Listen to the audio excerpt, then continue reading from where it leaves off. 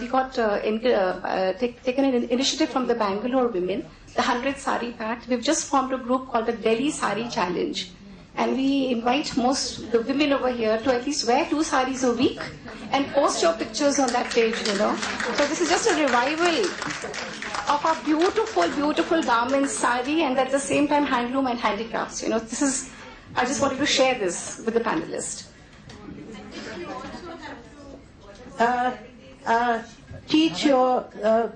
Insist that schools and colleges also have at least one day in the month where older girls wear saris.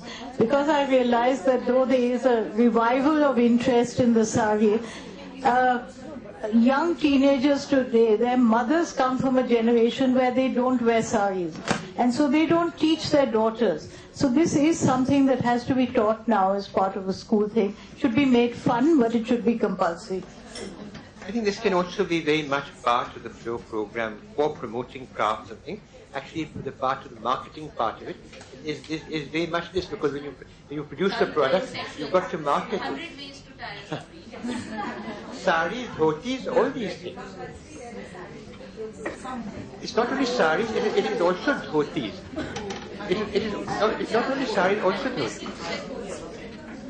Please. Okay. Some of you on the panel know of the Pulkari project that I have worked on with the Nabha Foundation. And listening to everyone speak over here,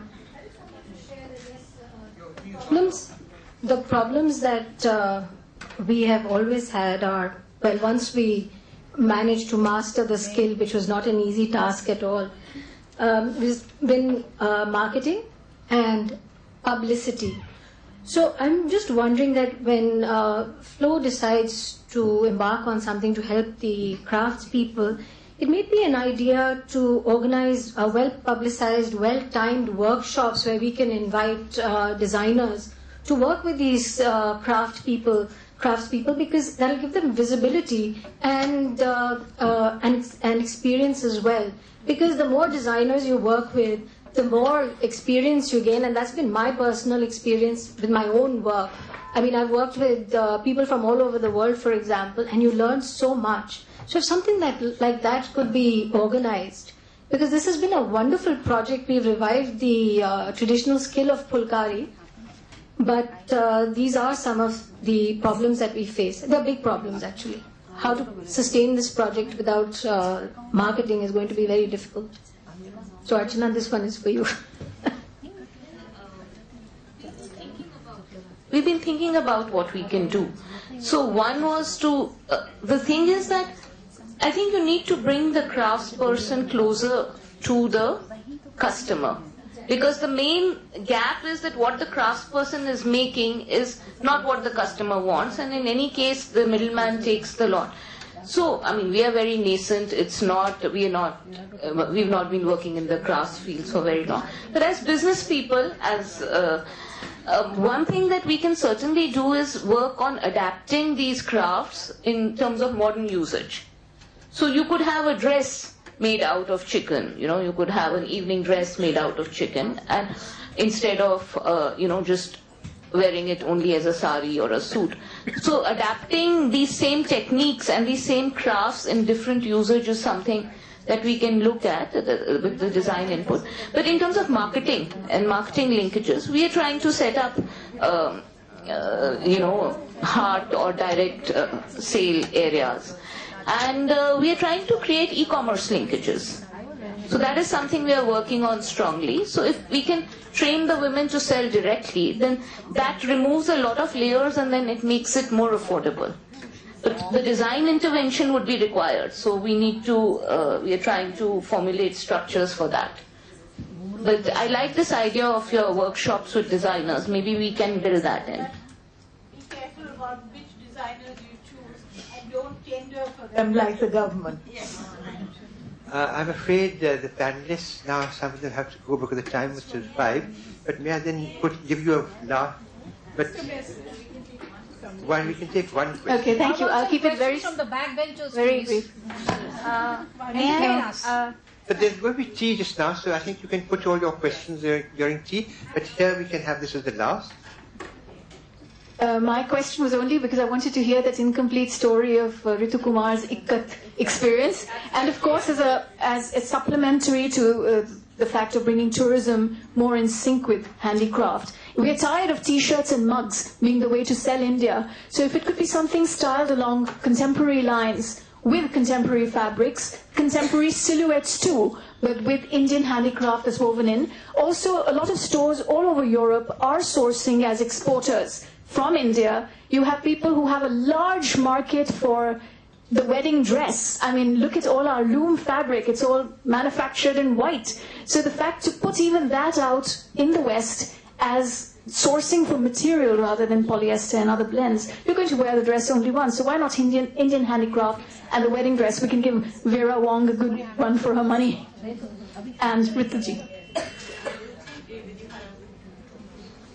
No, I totally agree. As I said, that a lot of the handlooms today should also be looked at for ready-to-wear garments, because that is the future, and the younger generation tend to be wearing that a lot. The demographics in India are changing dramatically, and so whereby the handloom itself is a very valid fabric, but I think it needs to be customized for the younger generation, the newer generation. My little story of Orissa actually completely defies whatever I've said about the government. The Secretary Textiles asked me to do something for his constituency in Orissa. It's 3 hours away out of Bhubaneswar. I sent them a project whereby some of the sari designs or ikat designs are put into different weights of fabrics and asked them to do something. 4 months later, I got the most amazing fabrics from there. We're beginning to work with them. We have now got 40 looms going. They're all doing fabrics that we have designed, redesigned, reconstructed, and they're all looking wonderful the way I see it. They can be made into dresses, they can be made into garments, and I think we can also style them in a way which is far more contemporary. So thereby hangs a skill. The skills you have to retain. But what maybe you need to change is the usage, and that can be done because we are a country who know how to customize our textiles, and that's not our problem. The problem is to know what to customize it and to which market. And fortunately, I think now the market is India, so you're not looking at a market who you don't know who the person is and what you should be doing for them. So this is a very simple market for us, for Banaras to be doing lehengas for the wedding markets, for saris to go back to what they look like, for fabrics to flow again, and for all of us to enjoy the color and the textures of our handlooms. This is a message. Still happening. We're going to be doing that revival range around October.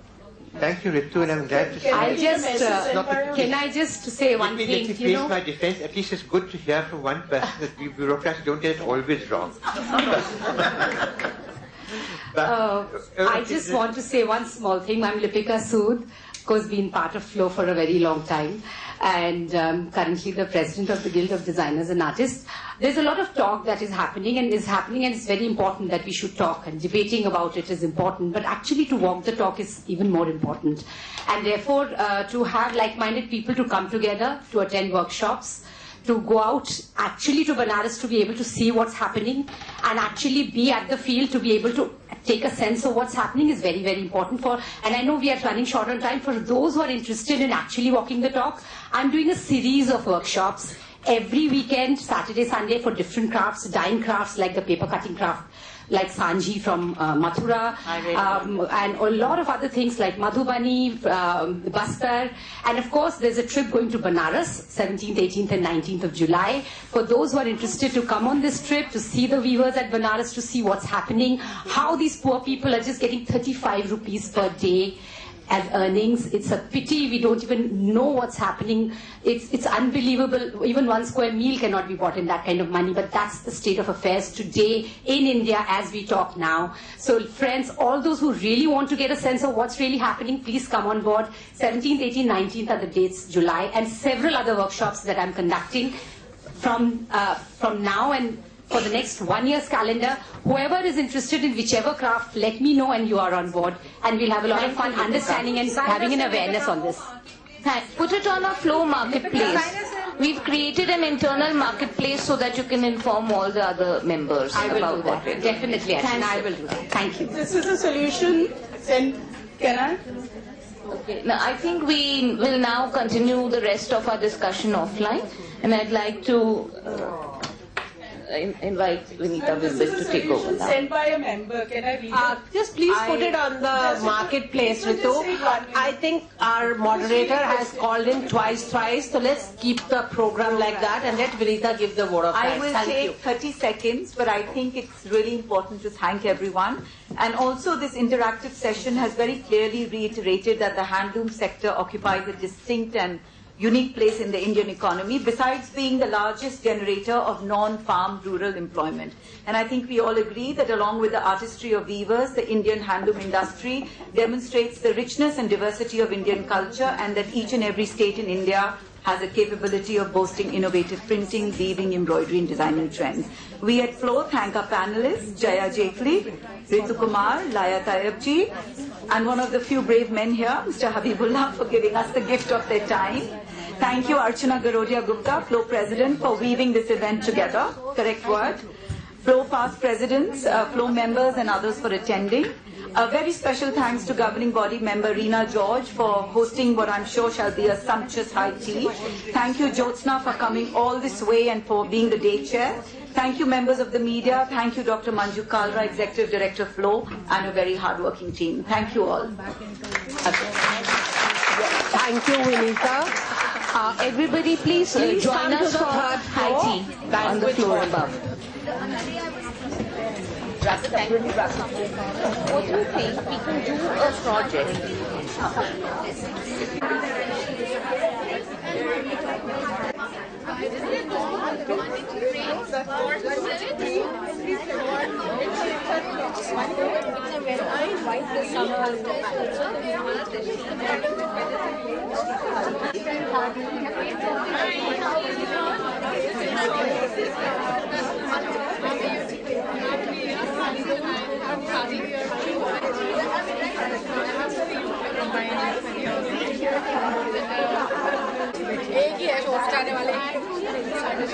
But it's so funny. Done. That's why this initiative is so important. It brings it all together.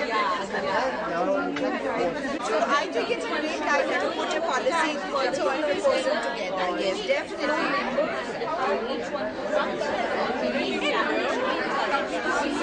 I was wrong. Something all the time.